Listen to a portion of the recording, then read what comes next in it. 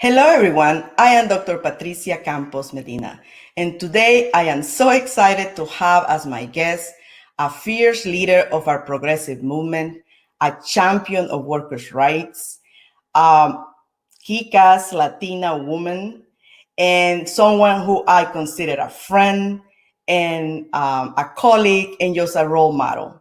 My dear friend, Analilia Mejia, former political director for Bernie Sanders 2020, and someone who President Obama honored as a White House champion of change for her work on behalf of American workers. Please help me welcome my dear friend, Analilia Mejia. Welcome, Analilia. It's so good to have you here. Thank you. Super excited to have you. And again, congratulations on this great show.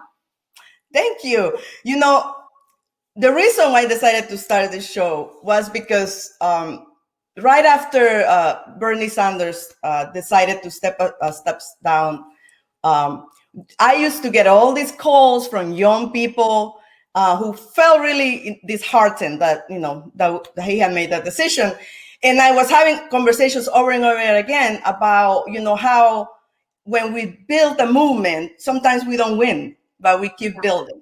So I always remember how you and I met, because you and I have been friends for a long time. And I remember you coming to my office, and that's the fierce woman I remember, basically with a task list, saying, Patricia, your union said you were going to do this. When are you going to do this, and that? And I thought, I loved your gumption. I love your right to the point, getting things done. And I think we've been friends ever since. So yes, I was a puppy organizer. I've learned a few things since then, but I'll always remember that time of just the mentorship that you offered immediately, and it stuck. So that's the way that we all actually, so many of us get into the spaces and places in which we're at, because we get lucky with mentorship, and some people are strategic and very generous, like yourself, and others sometimes don't realize the full potential that they could play in helping in supporting others. That's my goal with these conversations, or whenever I meet a young person. Maybe that's why I enter academia, just to be able to mentor young people and give them, a sense of their own power and where they can go. And as immigrants, we'll talk about this more, and you talk about this all the time. We have very few role models, right? So we can be role models for each other. So I remember your gumption. I remember I liked your spirit, and I said I had to bring her back to the labor movement. So I remember I recruited you, and you went to Wisconsin, to the middle of the country. So I'm so proud of you and all that you've done. And I just keep celebrating all your accomplishments. So thank you for being here. I know it's a crazy week, crazy month, but I wanted to just have a chance to talk to you. How are you feeling after the election? How are, you've been on the road, well, not really on the road, but you've been working hard, but. Yeah, I left the road right after Super Tuesday because of lockdowns, obviously pandemic lockdowns. I think a mixed bag, like many people across the country. One, just so relieved that Donald Trump's tenure is coming to a close, but at the same time, incredibly saddened that so much of the country looked at someone that was so full of hate and so full of lies and so willing to risk so many lives and still chose to support this individual. It hurts my heart to know it. And it just means, the choice is to turn it to motivation, continue to just talk to people about how elections matter, and elected leaders, we need to hold them to account. So you had the opportunity to work directly with Bernie Sanders and help him build the infrastructure to mobilize young voters and engage on the Not Me Us revolution. So what, to me, the greatest victory that we had is that movement that we created that was led by him. So how do we keep that going? And how are you thinking in the infrastructure that you guys build that people can continue creating? Yeah. Building? So, I mean, so much of that is driven by the senator himself, this message of like, it is, you know, a movement is not just one individual. And it is this idea of collective effort and making sure that people are both really fully aware of how the decisions that are happening at any level, whether it's federal, state, local, how they have a very clear impact on your daily life and your ability to thrive, and empowering people to take action on it. And so, you know, I think what we have to continue to do as a movement is, one, the popular education that you and I have always been really focused on, right? Like making sure that things that seem heady or difficult are broken down in ways in which all members of our community can understand. Whether it's through language barriers or just different understandings. And then two, really empowering people, kind of pulling the curtain, showing people how government works, again, at all levels. And then building pathways for people to actually take action. So for me, that example would be, you know, people understanding the impact that, you know, in the state of New Jersey, for example, we've just decided to legalize marijuana, right? Yeah. So working to make sure that community leaders and elected officials are really like breaking down for regular people what that means, what the rulemaking process that's about to happen actually means, what are the opportunities for expungement for people who have been caught up in the criminal justice system, what are the opportunities to redirect some of those resources into communities that were deeply impacted by the war on drugs.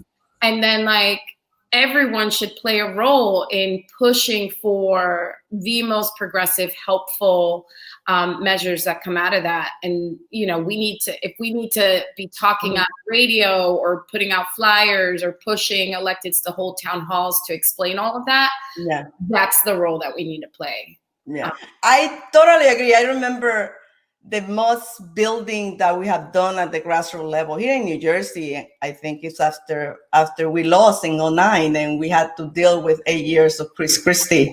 I always go back to that loss because that's one that I took to heart. But I also learned a lot from that loss as an organizer, as a political operative. But the organizing that we were able to do under your leadership back then on the New Jersey Working Families, I think it prepared us all for the work that we need to do to continue the revolution for progressive ideas. So I'm totally in agreement with you. So I have heard this story that when you met Senator Sanders, you made him cry. So yeah, so what happened? And I want to ask you that, but to lead to my next question, like what is one thing that you learned from him? Because he has been consistent throughout his life on what he believed and what he pushed for. And so it will be an amazing person to learn from. So, you know, you made him cry. What happened? And then one thing that you learned from him that you will carry with you moving forward. Yeah, so I watched your episode with Chuck, and that will forever go down as like, oh my gosh, this incredible moment. So I had gone down to interview with the senator, and you know, it's like a regular job interview, but with like your hero. So it was frightening in and of itself, and I don't fear easily, but I was kind of very nervous. And he asked me, you know, after having a few conversations about my work experience and what I've done in you know, the labor movement or electoral politics and movement politics, he was like, well, why do you want to work for my campaign? And it was like one of these moments, you know me, I was just being honest, very, very honest. And sometimes it just comes out, right? Like I don't stop with a political answer. And so I just told him that, on the day that Trump got elected, the next day I had to explain to my oldest son, Langston, that Hillary Clinton had lost and that Donald Trump was the president. And my children, I am very intentional in teaching my children about politics, governance, and their role. They already understand that they will be future voters. Yeah. And so he was disappointed, but then he started to cry.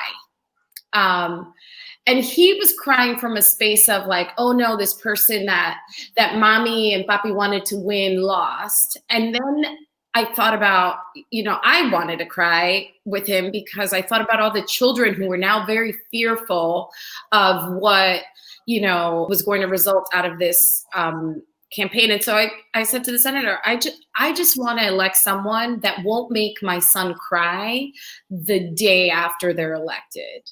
And then I caught myself and I was like, oh, that's such a silly answer.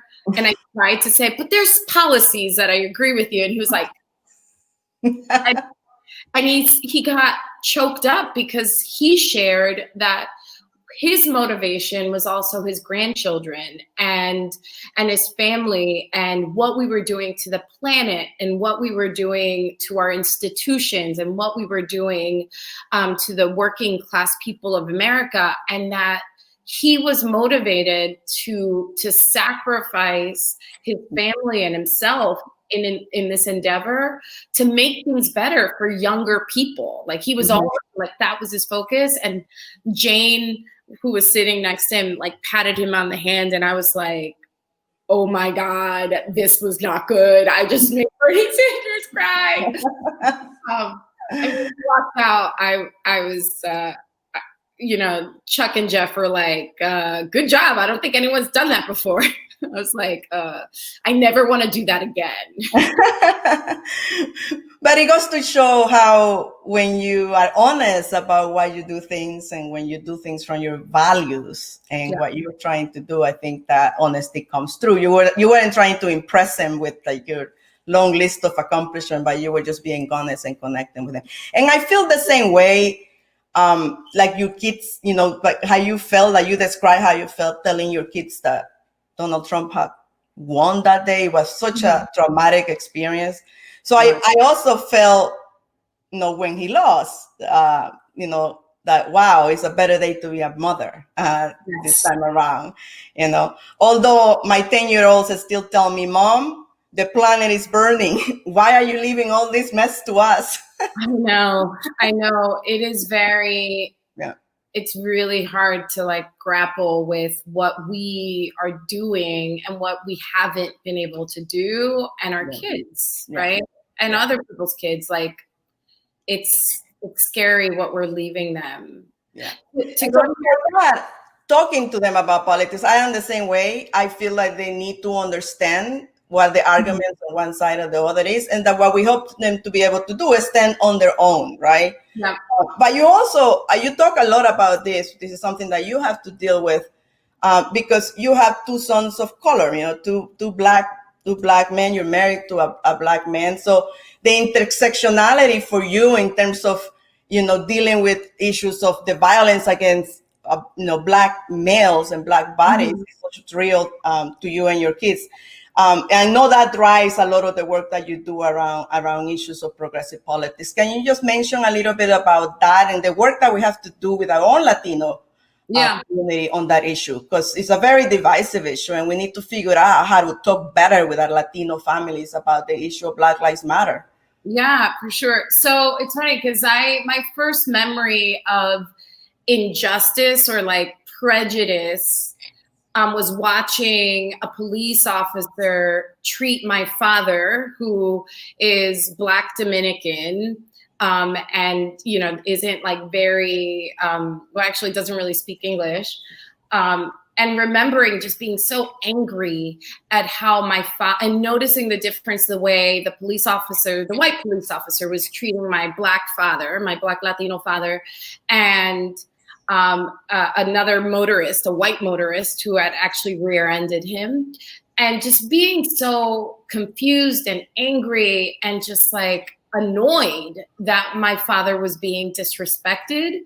And then I think about how that was like such a formative memory And when I know that my own children have either through TV or just like, as they open up and see the world, it breaks my heart that they have been privy to and will likely continue to be privy to the anti-Blackness that exists in our country, and across multiple communities, Latino communities, like mainstream North American community. There's this deep, deep anti-Blackness, and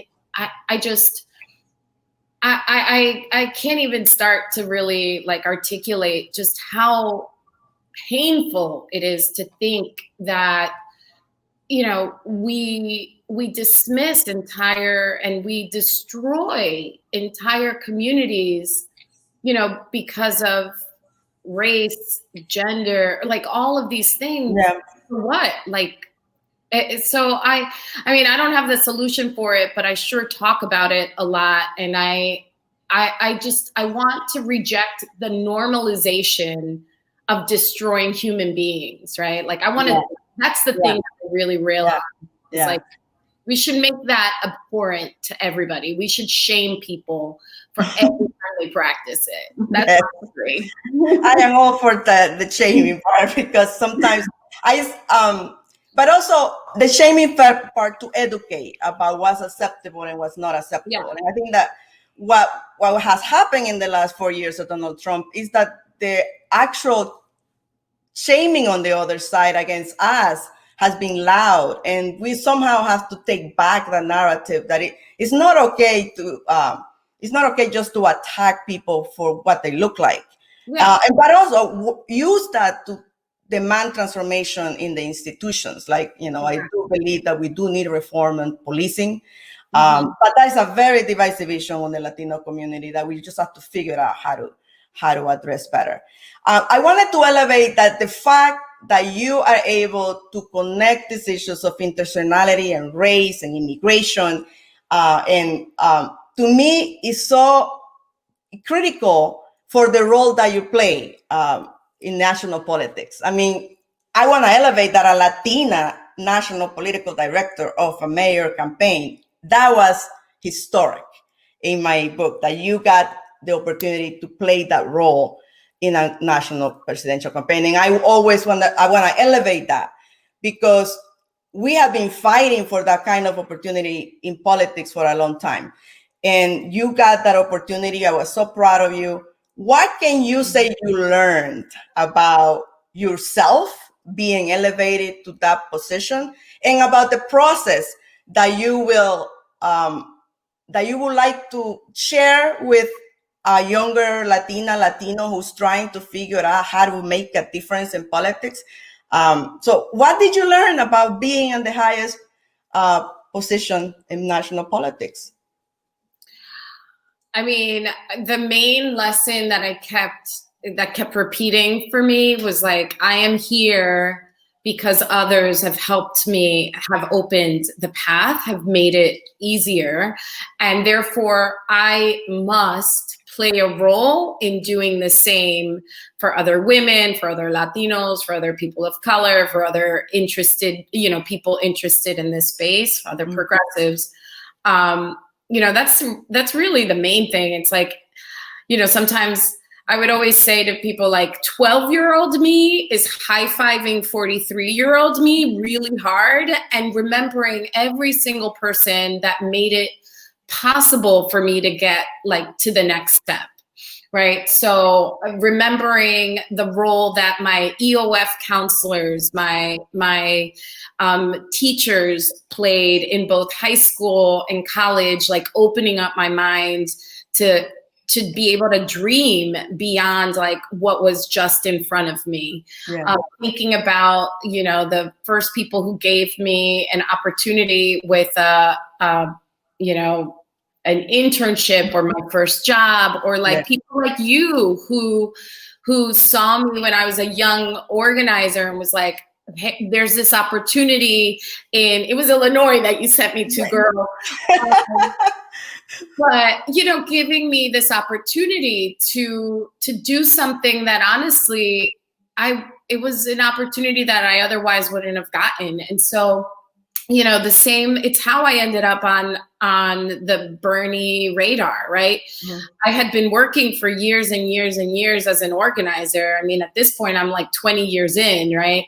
Mm-hmm. But it was because individuals took a moment to say, who can I help, right? Like, who can I get in the door? Who can I prepare to try to, you know, take the next step? And you know, we all have to do that for each other. I think we all have to be more active and intentional in helping build the bench. And so that's the main thing.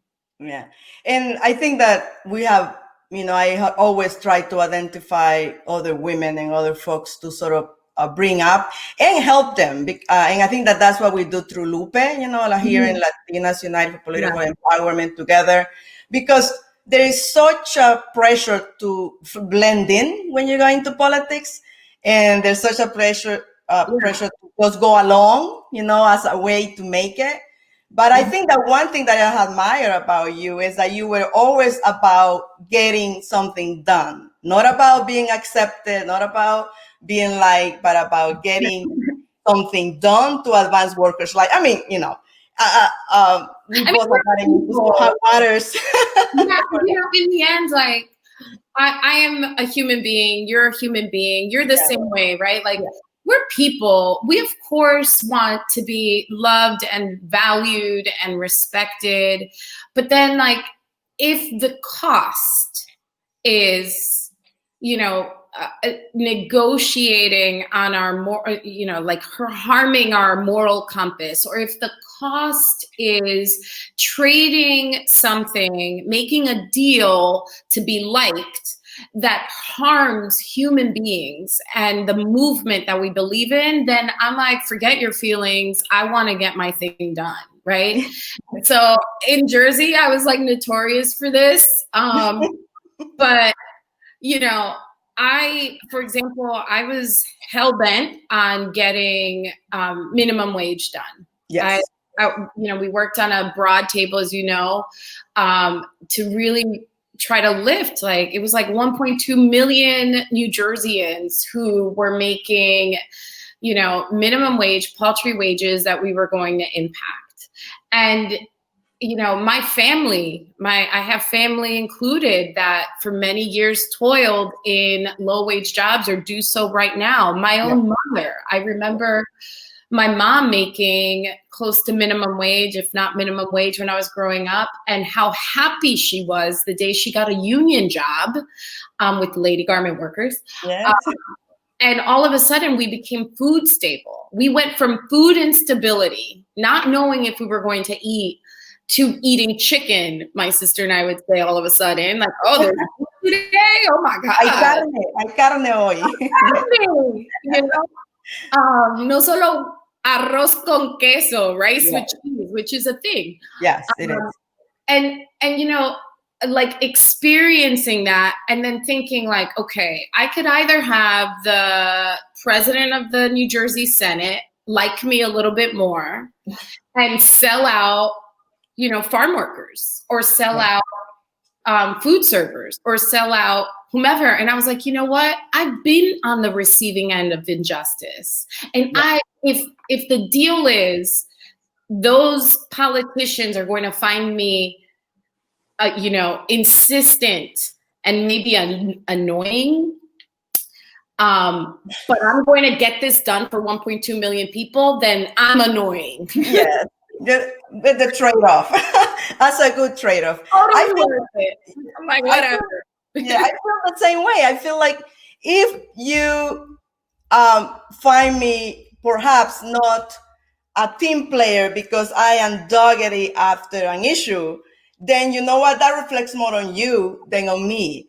Because for us, the issues that we work on are real life and death for families, and specifically right now around COVID-19. You know, the fight that you had for paid sick leave in New Jersey, the fight that we had about paid family leave, which is not enough, but we had it. Now it's saving a lot of lives. Yes. And we need to keep pushing for those issues. Right now, we have a big issue in New Jersey coming out with redistricting. I don't want to bring you to that level, but we are making the same question of the politicians. It's like, how can you continue to talk about being a diverse party, and yet the same white males are making the decisions about who gets to run for office and our issues? Yeah. So, calling that question sometimes gets you in hot waters in this state. But I think that as Latinas, I have to call it out, and put them on notice that it won't be acceptable anymore. The thing is, well, one, politicians will forever like to pick their own voters versus the other way around. Yes. Especially in our great state. This is a phenomenon across the country. I mean, it's exactly what Donald Trump is fighting about, is the desire to pick which voters can have a voice. Yes. And that's essentially what the redistricting fight has always been in New Jersey. The thing that we have to grapple with, that perhaps others, especially, men and white men, have less to contend with, is that when we're viewed a particular way as women or people of color or the combination, we're aggressive. It's not that we are bold, it's that we are aggressive. It's not that we are intelligent or have an opinion. It's that, we are grading. And so there is this cost that women and women of color, and more so, frankly, like Black women in this country, have to deal with unfairly and unjustly, is being viewed negatively for the same attributes that are viewed as positives. Mm-hmm. For men. Yeah, I agree with you. A younger Imani Oakley, who was a guest recently on that show, said that in New Jersey, when you are a progressive or very aggressive, a woman who is bold about her positions, sometimes they have to leave the state because you can't really find a job in politics in New Jersey. Well, that's how I left New Jersey. I was having a very hard time, when I first started as an organizer. I'm so grateful to you because, the opportunity to go, in New Jersey, the opportunities I were getting, the other thing they do to us is that, you could talk to women. Oh, you're Latina, you could talk to Latinos. Yes. Like, there's nothing, obviously, I enjoy and I feel very, proud of the work that I've done, organizing Latino workers or in the immigrant justice space. But you get pigeonholed. Yes. And I honestly had to leave the state in order to be able to kind of broaden what kind of work, like who I could talk to. It's incredible. Yeah. It is a terrible thing because we do get an exodus of women of color that had to leave because you get pigeonholed in New Jersey as you are only doing this and doing that. And, one of the things that I was lucky is that when I got to New Jersey, I was already leading a national political program. So I was like, I'm a political operative who can talk to anybody. I just happen to be Latino. So I had to fight this pull in New Jersey that, she's a Latina, so she's going to do the Latino vote or the Latino, the Latino. And I think that you and I had to face that for a long time. Yeah. But our experience in the labor movement was able to elevate us. So I always tell young women, just do what drives you from a place of purpose and a place of your values. Because at the end of the day, that's the only thing that is consistent for people like us who don't have los padrinos or las madrinas, the godmothers and the godfathers to keep us from a job. So I want to get back to that. What drives you? Like, what has kept you committed to this work? My parents, my mother, my sister, my dad, like their stories. I'm just so motivated by You it. recently shared a story about when you were away from your mom and how you and your sister were sent away for a while. Yes. And how that, stays with you. It definitely does. It's funny because I actually shared it. That's actually not part of my story that I've talked about a lot, but I was getting like Twitter hate, which is always, that's how you know you've made it, when you start getting Twitter hate. Right, yes. But I was getting, during the campaign, some like right-wing blogger or something wrote, I can't remember, actually it may have been like a Fox News guy, put out there that Bernie's team was rife with like, socialists and Marxists, and that his political director had studied under, or like, formed her political, i.e. me, political sense under like Maduro controlled Venezuela, right? Which I thought was like hilarious, because the real story is, when my mother was pregnant with me and my sister was a year old, my father broke his back at work, and now my mother, this pregnant woman with a small child, had to be the sole breadwinner. She's making minimum wage. They're both, immigrants, not full control, if any, of the language. And she found herself in such poverty that the only way that she could keep body and soul together was to send my sister to Venezuela at, she was barely 1, to live with my grandmother. And then when I was born, send me. And so the only way this family could stay alive, right, like to work enough to eat, and that's where she was at, was to send her children away. And that's what poverty and injustice does in this country in so many ways. And so I've shared that story before, and I just thought it was funny in one respect, because I was like, I was an infant. I'm politically savvy, but at an infant, I wasn't, learning. You got your politics in New Jersey. Yeah, I got politics in New Jersey, people. Yeah. But that to me is the big motivator, is just, when you've lived unfairness and injustice, when you see it, I think it does one of two things to you. It either hardens you and makes you want to ignore it, right?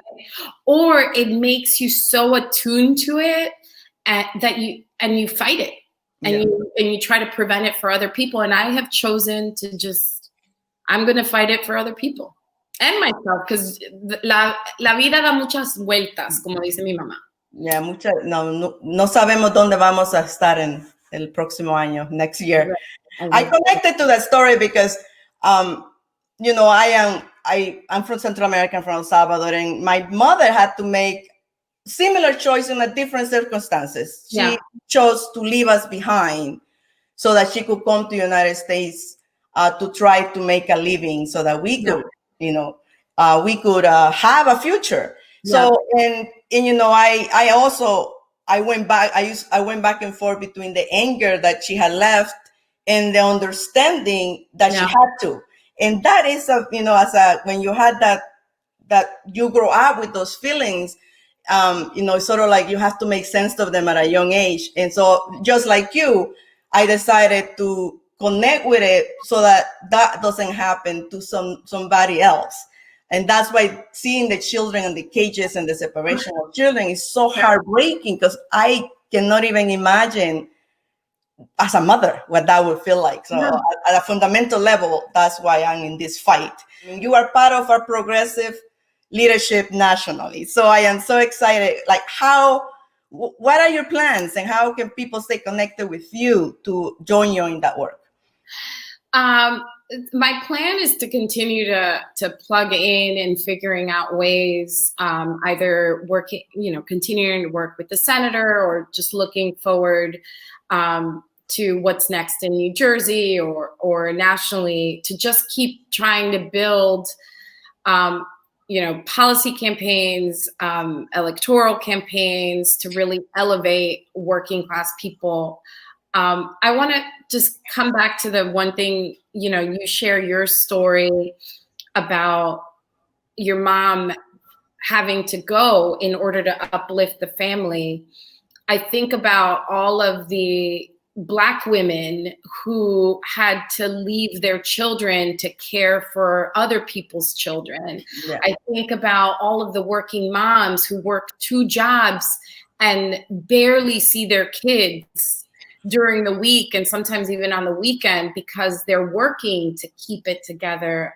I think that there's so much more that we can offer our families in terms of economic justice, in terms of worker justice, in terms of work-life balance, and just the ability to stay home and care for your loved ones and still thrive. I think there's so much we can do across our country, raising wages, providing paid family leave, making sure workers have a voice at the workplace. And if they want to organize a union, they're not obstructed by their employers. I mean, because the cost of not giving people full access of that is destroying and harming other human beings, right? Like that's what we're doing. That is the trade-off. Yeah. And it's not, that trade-off is not worth it. Like getting Walmart or some corporate Amazon, a bigger like stock price is not worth destroying human beings. And so that's what I'm going to focus on from now until forever. I'm still trying to chart my way on like what is concretely next, but I know it will be in that space. Yeah. Well, I'm looking forward to it. I think we have so much work to do to transform this oppressive capitalist system that we have that is just valuing profit. Oh, girl, let's not even start talking about that because then they'll be like, oh, those Marxists. And I'm like, Marxists. You know me, I'm an intellectual. At some point, I start talking about capitalism and how. Yeah. So, you know what? It's not about destroying. This was the thing about like the campaign and Bernie. We're like, it's not about destroying capitalism. I mean, for some of us, but it's not about reforming it. Yes. It's about like, we like nice things too. Yeah. We like to eat. We like to have home security. We would love to be able to retire with dignity and justice. These things should not only belong to a small group of people. Those things should not be ideological. The problem is that the debate has been put into ideological frameworks. And what we're saying is there has to be a way that a system, whatever political system is, centers around taking care of people and families. And I think that we have gotten away in the United States from that vision. Government used to be about how do we take care of each other, how we create communities that are safe, with good roads, with good services, and we got away from that. So that is reforming. People should not forget, capitalism left to its own devices without checks or balances sold people. Yes. Let's just remember that. Yeah. And government is by the people, for the people, is supposed to be that. So I think that coming back to this election, what it gave me hope is that the system of check and balance in our political system of democracy worked. Yeah. Now we need to keep the momentum going so that we change the economic system that oppresses so many people. And I know that you will be part of that battle long term to change our economic system so that it brings balance back, whether it be in the labor movement, in the social movement, in the political movement. I am so excited to have you in that space and to support you and, be your cheerleader and just be part of the troops, making sure that we get that message out. So likewise, sister. Yeah. Yes. Thank you for being a role model, for being a friend, and for leading the troops and for leading our political revolution. Thank you. And good luck. Whatever is next, we'll be watching you. Thank you. Analilia Mejia's story is one of inspiration, of commitment to working people, of commitment to her family and her community. We have a bright future ahead in our progressive movement with her leading the charge. But we all have to be leaders in our own backyard to continue organizing and engaging everyday people in the work of building change in our politics so that we can change our economic system and we create opportunity for working people, immigrants, and people of color. This is Dr. Patricia Campos-Medina, and this is Activista Rise Up. Thank you for watching.